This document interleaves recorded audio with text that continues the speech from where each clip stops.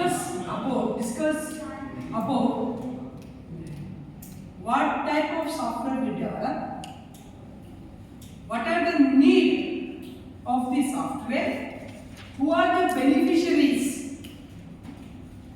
అర్థమైందా? సాఫ్ట్వేర్ ఎందుకు డెవలప్ చేయాలి, దానివల్ల ఎవరు బెనిఫిట్ అవుతారు, ఓకేనా?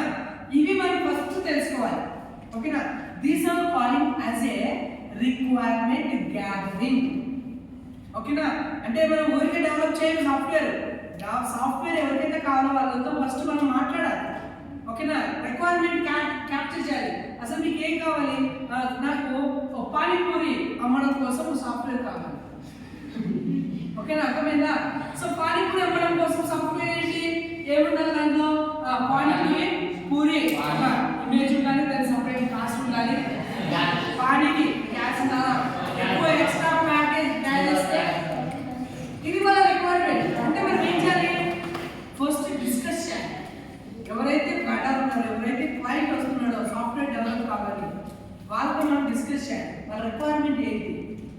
దాని తర్వాత దానివల్ల ఎవరు బెనిఫిషియరీ, అది ఎవరు బెనిఫిషియరీ, ఎవరైతే ఆ ప్లాట్ఫామ్ ఇష్టపడతారో వాళ్ళు యూజ్ చేసుకుంటారు. కాబట్టి వాళ్ళు ఎంత పర్సెంటేజ్ ఉంటారు. ఇప్పుడు లైక్ మన ఆండ్రాయిడ్కి ఐఓఎస్కి డిఫరెన్స్ చేసినప్పుడు ఇదే మనకు వచ్చింది. ఆండ్రాయిడ్ సాఫ్ట్వేర్ని మోర్ మెంబర్స్ యూజ్ చేస్తున్నారు, ఆ ఐఓఎస్కి తక్కువ మెంబర్స్ యూజ్ చేస్తున్నారు. ఇది కూడా యూజర్స్ ఎంతమంది వస్తారు, ఆ బెనిఫిషియరీస్ చూసుకోవాలి. దెన్ అది దీన్ని మనం రిక్వైర్మెంట్ అనాలిసిస్ అని కాల్ చేస్తాం. అనలైజ్ చేసాం కదా, ఇప్పుడు ఈ అనలైజ్ చేసిన తర్వాత ప్లాన్ చేయాలి. ప్లానింగ్ అంటే ఏంటి? ఇతను చెప్పాడు మొత్తం అతని రిక్వైర్మెంట్స్, ఓకేనా? ఇవి ఉండాలని అనుకోనేసి. సో ఫస్ట్ ప్రైసెస్ చూపించాలి. ప్రైసెస్ చూపించిన తర్వాత వాళ్ళకి ఆప్షన్ ఇవ్వాలి. ఏమైనా స్పెషల్ డిస్కౌంట్ ఏమంటే ఇది పంపర్ ఆఫర్ ఇలా వస్తుంది అనేసి ఇంత కాస్ట్ యాక్చువల్గా ఇంత ఆఫర్ ఇస్తున్నామని చెప్పి వాళ్ళు అట్రాక్ట్ చేయడానికి ఒక పేజ్ కావాలంట. దాని తర్వాత వాళ్ళు క్లిక్ చేసిన తర్వాత వెంటనే ఆ ఆర్డర్కి సంబంధించిన డీటెయిల్స్, దాని తర్వాత వాళ్ళ డీటెయిల్స్, పర్సనల్ డీటెయిల్స్, అదే ఈమెయిల్ ఐడి, ఫోన్ నెంబర్ ఇలాంటివి. దాని తర్వాత ఆ పేమెంట్ సిస్టమ్కి వెళ్ళాలి. ఇది అతని రిక్వైర్మెంట్స్ చెప్పిన తర్వాత, ఎందుకంటే క్లయింట్కి ప్రోగ్రామ్ గురించి తెలియదు, క్లయింట్కి కంప్యూటర్ గురించి తెలియదు. క్లయింట్కి ఏం తెలుసు అంటే డెవలప్ చేయమని చెప్పే వాళ్ళకి ఏం తెలుసు అంటే వారికి కావాల్సిన రిక్వైర్మెంట్ మీకు చెప్తాడు. తర్వాత ఇక్కడ ఎవరైతే ఉన్నారో వాళ్ళు ప్లాన్ చేస్తారు. That is the planning. ఈ ప్లానింగ్ ఏం డిస్కస్ చేస్తారంటే అసలు ఇతను చెప్పిన రిక్వైర్మెంట్కి మ్యాచ్ అయ్యేటట్లు వాట్ ఆర్ ద లాంగ్వేజెస్ అంటే విచ్ ఎన్విరాన్మెంట్ ఈస్ సూటబుల్, ఓకేనా? when we develop this environment, this software, how many members are used,